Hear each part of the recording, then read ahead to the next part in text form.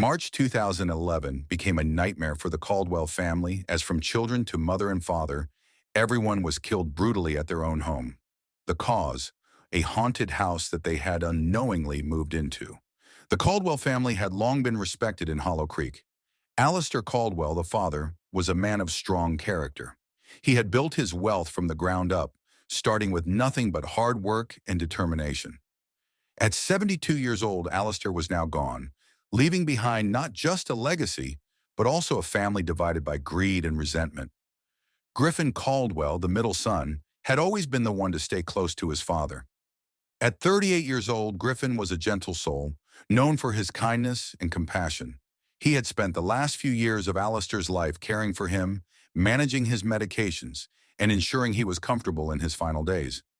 Griffin had a small family of his own, his wife Anya, and their two young children, Iris and Elias. Anya, who was 35, was an elementary school teacher, loved by her students for her warm and nurturing nature.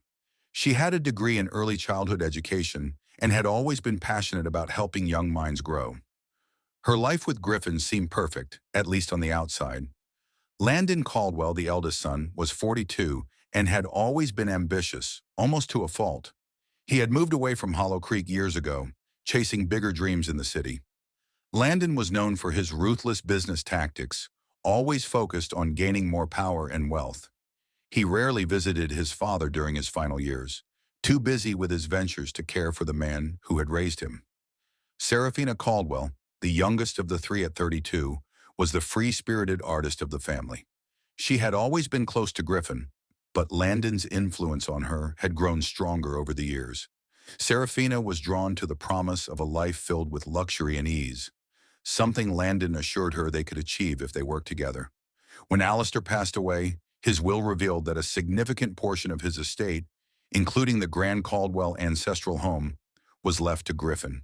This decision was not taken lightly by Landon. A deep-seated jealousy took root in Landon's heart.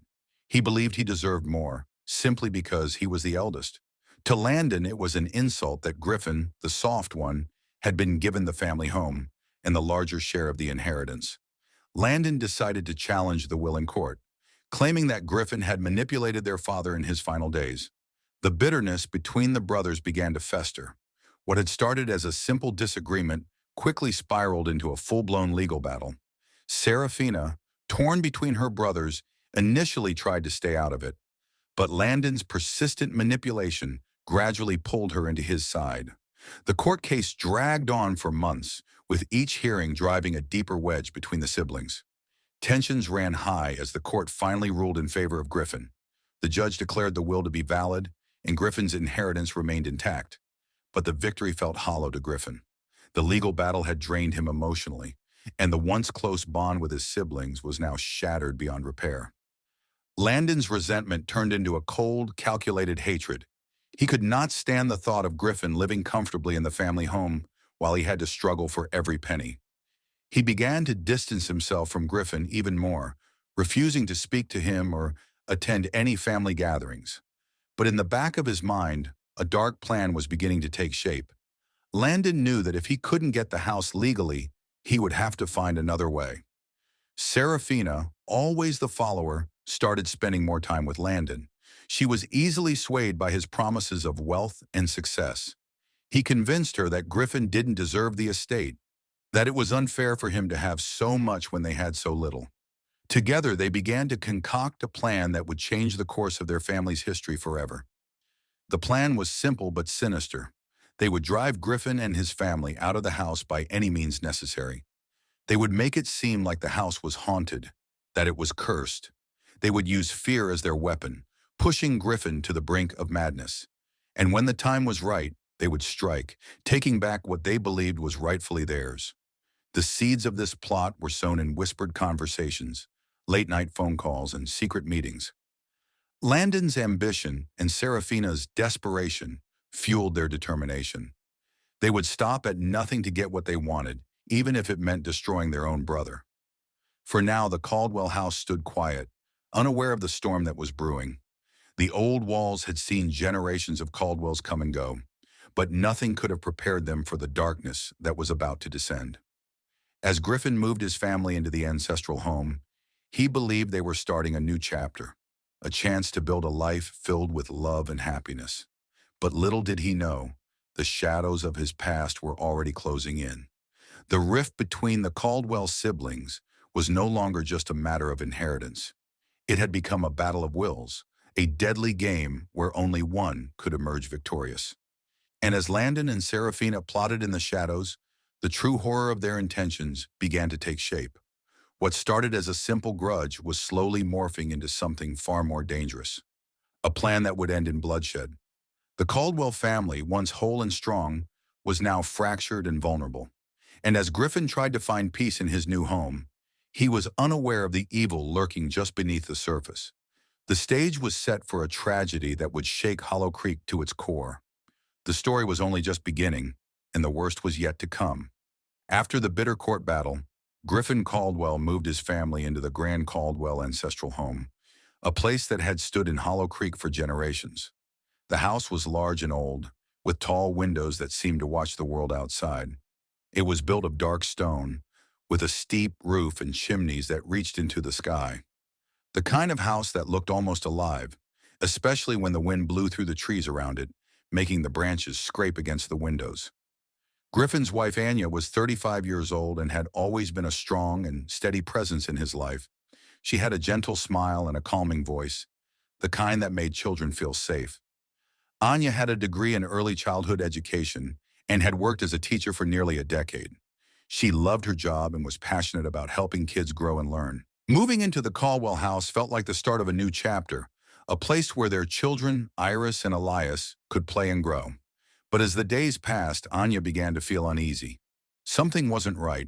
At first, it was just little things. The lights would flicker on and off, even though the wiring in the house had been checked and updated before they moved in. Griffin brushed it off, saying it was just the old house settling. Nothing to worry about. But Anya couldn't shake the feeling that they weren't alone. Sometimes when she was alone in a room, she felt like someone was watching her. She would turn around quickly, expecting to see one of the kids, but no one was there. Then Iris, their 7-year-old daughter, started waking up in the middle of the night, crying and saying she heard whispers. She told Anya that the whispers were telling her to leave the house, that something bad was going to happen. Iris was usually a happy, playful child, but now she was scared all the time, clinging to Anya's side and refusing to go into certain rooms. Elias, their 5-year-old son, who was usually full of energy, began to withdraw. He spent more time alone, drawing pictures of the house with dark shadows creeping around it. He told Anya that he saw a figure standing at the foot of his bed at night, just staring at him. Anya tried to comfort him, but deep down she was starting to believe that something was terribly wrong. Griffin noticed the changes in his family but tried to stay optimistic. He kept telling himself it was just the stress of moving into a new place, especially one with so much history. But as the strange occurrences continued, even he began to feel a sense of dread. The house didn't feel like a home anymore. It felt like a trap. Unbeknownst to Griffin and Anya, Landon and Serafina were behind it all. Landon, bitter and vengeful, had convinced Serafina to help him drive their brother out of the house. They would sneak into the house late at night, using the cover of darkness to avoid being seen. They planted hidden speakers in the walls, set up timers to make the lights flicker, and even installed a device that made it sound like someone was whispering right next to your ear when you walked by certain spots in the house. Landon's plan was working perfectly, but the madness didn't stop there. Landon, with his twisted sense of justice, decided to escalate things even further. He started leaving small objects in odd places, a toy in the hallway, a picture frame turned upside down. Little things that would make the family question their own sanity. Serafina, though hesitant at first, got swept up in the thrill of it all. She would stand outside the house at night, watching the lights flicker inside, imagining the terror the family must be feeling. Mrs. Eleanor Vance, a sharp-eyed 64-years-old elderly woman who lived next door, began to notice the strange happenings at the Caldwell house. She saw Landon and Serafina's car, a black Toyota Camry, parked down the street late at night, long after most people in Hollow Creek were asleep. Mrs. Vance was a quiet woman, but she didn't miss much. She had lived in the town for over 50 years and had seen all kinds of things, and for a while she wondered what those two were up to. But soon it became clear that their late-night visits were more than just harmless pranks. As the weeks went by, the haunting became more intense. Objects in the house would move on their own. A chair would be found in a different room, and the doors would slam shut with no one near them. The children were now terrified to be alone, even in daylight. Anya's anxiety grew to the point where she couldn't sleep, constantly checking on the kids, making sure they were safe. But she wasn't prepared for the drastic turn of events that would soon unfold. One night, while Anya was putting the kids to bed, she heard a loud bang from downstairs.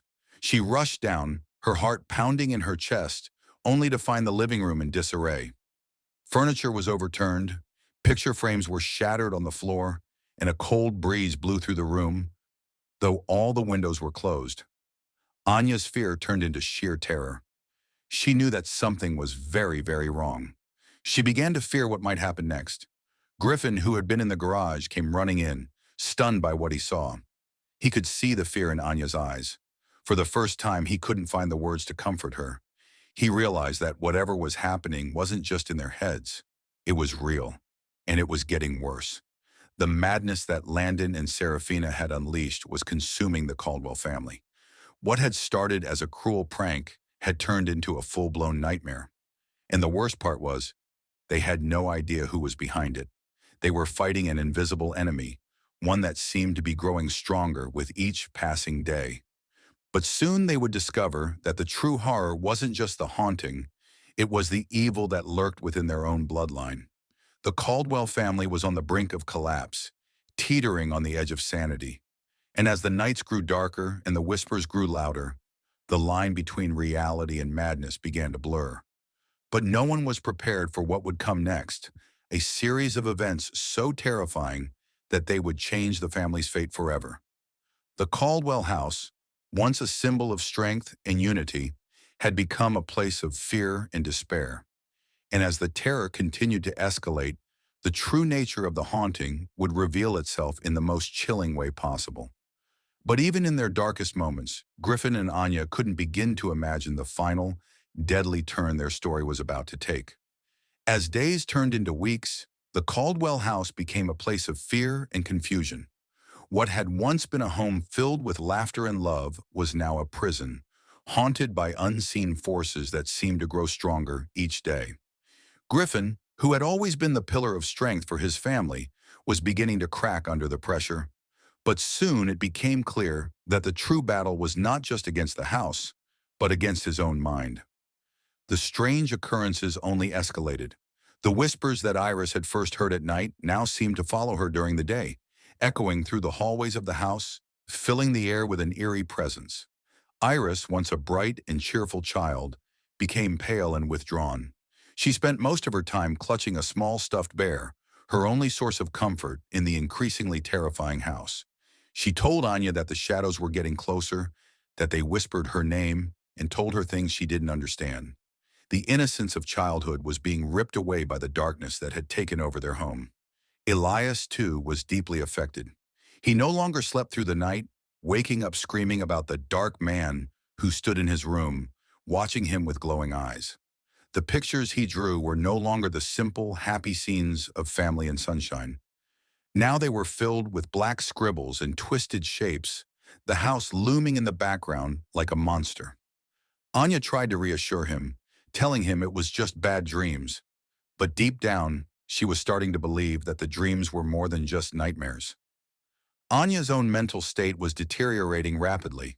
She had always been the one to keep the family together, to soothe and comfort, but now she was the one who needed comforting.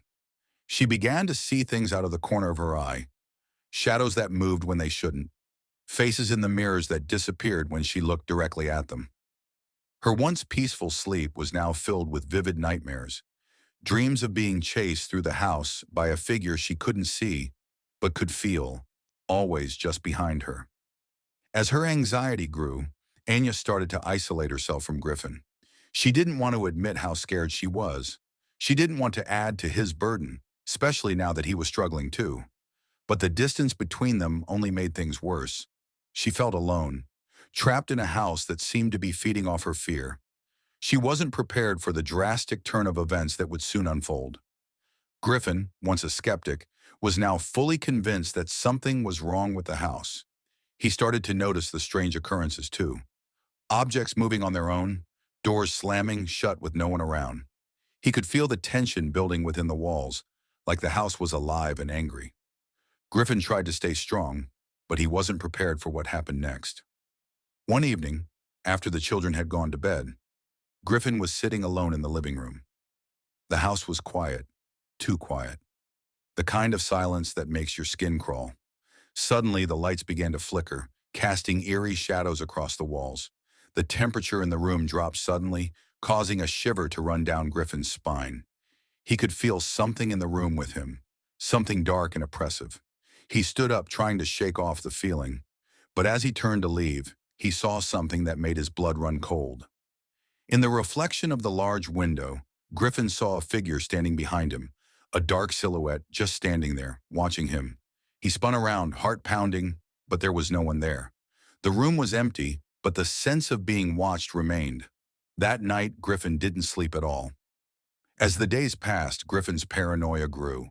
He started to see the figure more often, sometimes in the corner of his eye, sometimes in the reflections of mirrors or windows. It felt like the house was closing in on him, suffocating him with its dark presence. He tried to keep it together for Anya and the kids, but he was losing the battle against the madness that was creeping into his mind. Desperate for answers, Griffin sought help from a psychologist, Dr. Madeline Kepler, a woman in her early 50s, known for her calm and analytical approach. He told her everything, about the strange happenings, the whispers, the figure he kept seeing. Dr. Kepler listened carefully, taking notes, her face showing no sign of disbelief. But even as he spoke, Griffin couldn't shake the feeling that the haunting was following him. He would hear whispers in Dr. Kepler's office, see shadows move where there shouldn't be any. He began to doubt his own sanity.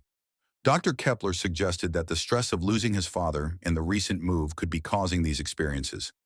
She didn't dismiss his fears outright, but she tried to rationalize them, explaining how grief and anxiety could manifest in such ways. But Griffin wasn't convinced. He felt the darkness closing in, both in the house and in his mind. While Griffin fought his inner demons, Landon and Serafina were watching from afar. They knew their plan was working, but they didn't stop. Instead, they intensified their efforts, pushing Griffin further toward the edge. They revealed in his torment, certain that soon he would be deemed mentally unstable, leaving the house and the inheritance within their grasp. But what had started as a calculated plot was spiraling out of control. The haunting had taken on a life of its own, feeding off the fear and despair of the Caldwell family. And as Griffin's grip on reality slipped further, the true horror of their situation became clearer. The house wasn't just haunted, it was becoming a vessel for the evil that Landon and Serafina had unleashed. Griffin's descent into madness was swift and terrifying. He could no longer tell what was real and what was in his head. He would wake up in the middle of the night, drenched in sweat, convinced that someone or something was in the room with him. The figure, once just a shadow, now felt like a constant presence, always lurking, always watching. The family's once warm and loving home had become a nightmare they couldn't escape from. And as the haunting reached its peak, it became clear that the worst was yet to come. But no one could have predicted just how deadly the next turn of events would be. The madness that had taken root in the Caldwell house was about to explode, with devastating consequences for everyone involved. The line between the living and the dead, between sanity and madness, had become blurred beyond recognition. And as Griffin stood on the brink of collapse, his family hanging by a thread, the true terror of their situation began to unfold. The Caldwell house was no longer just a home. It was a battleground for the soul, and the fight was far from over. But nothing could prepare them for the final, horrifying truth that awaited them in the shadows. Where both Griffin and Anya were already in a vulnerable state, there came this day, a day that would end in unimaginable tragedy. The storm outside raged on, but inside the Caldwell house, a different kind of storm was brewing. Griffin, exhausted and broken, was trying to hold on to what little sanity he had left. But the weight of the house's darkness was too much. And in the midst of this chaos, the unthinkable happened. It started with the disappearance of the children. Anya had put Iris and Elias to bed, hoping they might find some peace and sleep. But when she checked on them later, their beds were empty. Panic surged through her as she frantically searched the house, calling their names, but the only response was the eerie silence of the house. Griffin, seeing the terror in Anya's eyes, tried to calm her, but deep down, he was just as terrified. He could feel the house closing in on them, the darkness growing thicker, more oppressive. They searched every room, every corner, but the children were nowhere to be found. It was as if the house had swallowed them whole. Desperate and terrified, they were drawn to the attic. The sound of footsteps echoed from above, slow and deliberate, as if someone, or something, was leading them there. The attic door creaked open on its own, revealing a space filled with shadows and dread. And that's when they saw them. Iris and Elias were lying on the floor, their small bodies unnaturally still. Anya's heart shattered as she rushed to them, hoping against hope that they were just asleep. But as she touched them, she realized the truth, a truth too horrific to accept. They were cold, lifeless, taken from her by the very house that was supposed to protect them. Griffin, seeing his children like this, felt his world collapse around him. His knees buckled as he fell beside Anya, his mind unable to comprehend the horror before him. His children, his beloved Iris and Elias, were gone. The house had claimed them, and there was nothing he could do to bring them back. But the nightmare didn't end there. As Anya cradled her children's bodies, her mind broke under the weight of grief and terror. She couldn't understand how this had happened, how their beautiful children had been taken from them. Her thoughts became a whirlwind of fear, despair, and madness. And in that moment, something inside her snapped. Landon and Serafina had been watching, waiting for this moment. They had planned everything, knowing that Griffin and Anya were at their breaking point. And now, as Anya's mind shattered, they made their move. Without warning, the shadows in the attic seemed to come to life. Landon and Serafina, dressed in dark hooded coats, emerged from the darkness. Their faces were hidden behind masks, their movements cold and calculated. Anya, lost in her grief, didn't even notice them until it was too late. Landon, holding a length of rope, moved quickly behind Anya. Before Griffin could react, Landon wrapped the rope around Anya's neck and pulled tight. Anya's eyes widened in shock as she gasped for air, her hands clawing at the rope, trying to free herself. But Landon was too strong, and Anya, already weakened by grief, couldn't fight back. Griffin tried to stop him, but Serafina blocked his path, shoving him back with a force that sent him crashing into the wall. He struggled to his feet, but it was too late. Anya's body went limp as the life drained from her. The woman who had been his rock, his partner, his love, was gone. Griffin, overwhelmed by grief and rage, lunged at Landon, but Serafina was ready. She pulled out a small, sharp knife and plunged it into Griffin's side.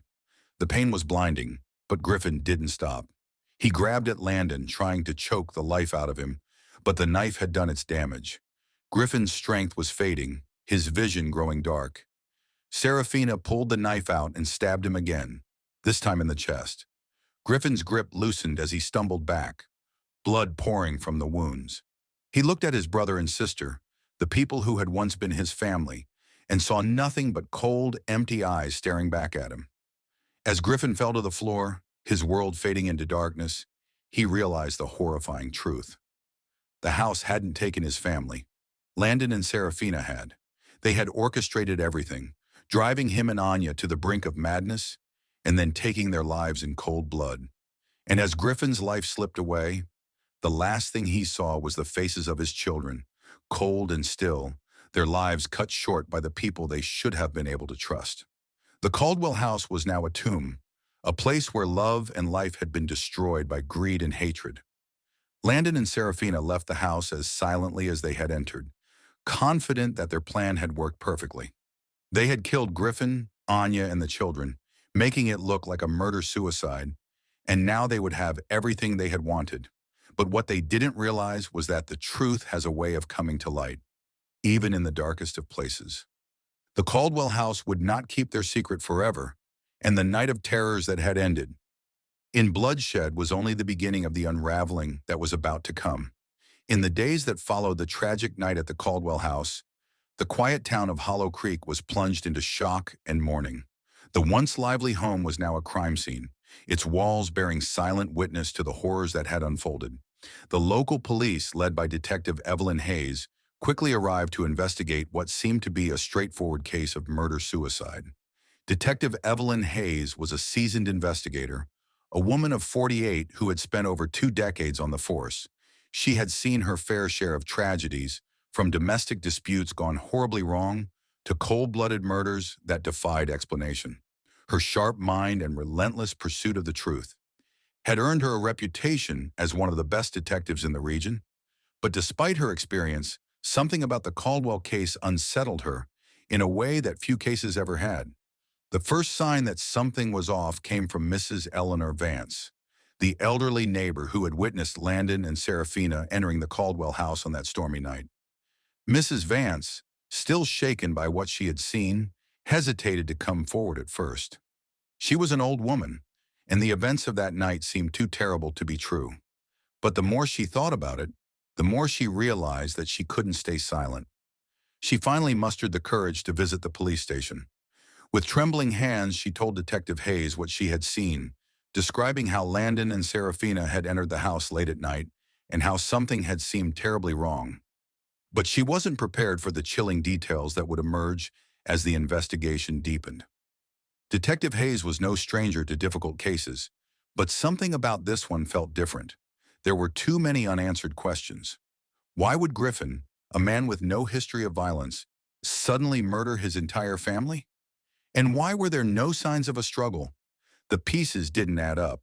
The first major breakthrough came when the forensic team began to piece together the timeline of events. They discovered something that didn't fit the initial narrative. The cuts on Griffin's body were too precise, too controlled to have been self-inflicted in a fit of rage. It was as if someone had methodically planned each stab, ensuring that Griffin would die slowly and painfully. Then there was the matter of the children. Their cause of death was suffocation, but there were no signs of a struggle, no evidence that they had tried to escape. It was as if they had been taken by surprise, their lives snuffed out before they even had a chance to scream. Detective Hayes couldn't shake the feeling that the children had been targeted specifically, not as part of a wild outburst, but as part of a calculated plan. The final piece of the puzzle fell into place when Dr. Madeline Kepler, the psychologist who had been treating Griffin, reached out to Detective Hayes. Dr. Kepler had been deeply disturbed by Griffin's last few sessions. He had talked about seeing shadows, hearing voices, and feeling like the house was alive. But what struck Dr. Kepler most was his growing fear of his own siblings. He had mentioned, almost in passing, that he felt like Landon and Serafina were trying to drive him mad. With this new information in hand, Detective Hayes revisited the crime scene, this time with a fresh perspective. She focused on the attic, where the final tragedy had unfolded. As she examined the scene more closely, something caught her eye. A small, nearly invisible wire running along the baseboards. Following it, she discovered a hidden camera, cleverly disguised and rigged to capture everything that happened in the attic. The footage recovered from the camera was chilling. It showed Landon and Serafina entering the attic, their faces hidden by masks and attacking Griffin and Anya with cold precision. The camera had recorded everything. Their calculated moves, the way they overpowered Anya and then turned on Griffin, and how they staged the scene to make it look like Griffin had lost his mind and killed his family. Armed with this damning evidence, Detective Hayes knew she had enough to arrest Landon and Serafina. But she also knew that the truth needed to come out in a way that would leave no doubt about their guilt. The footage was made public, and the town of Hollow Creek was thrown into an uproar. The community that had once looked up to the Caldwell family was now forced to confront the dark reality that had been hiding in plain sight. Landon and Serafina were arrested and charged with the murders, their cold and calculated plan laid bare for all to see. They had believed they could manipulate reality, twist the truth to their advantage. But in the end, their own arrogance had been their downfall. As they were led away in handcuffs, their faces finally exposed, the town of Hollow Creek looked on in horror, unable to comprehend how such evil could exist within their own community. But even as justice was served, the scars left behind by the Caldwell tragedy would never fully heal. The once idyllic image of the Caldwell family was shattered, replaced by the grim knowledge of the darkness that had festered within. The Caldwell house, now empty and silent, stood as a grim reminder of the horrors that had taken place within its walls. The townspeople avoided the house, whispering about the ghosts that were said to haunt it now. The restless spirits of Griffin, Anya, Iris, and Elias, doomed to wander the halls of the place that had once been their home. No one dared to move in, and the house was eventually boarded up, left to rot and decay. And so, the truth of the Caldwell family's tragic end became a cautionary tale, a story told in hushed tones by the residents of Hollow Creek. A reminder that sometimes the greatest dangers don't come from the outside, they come from within.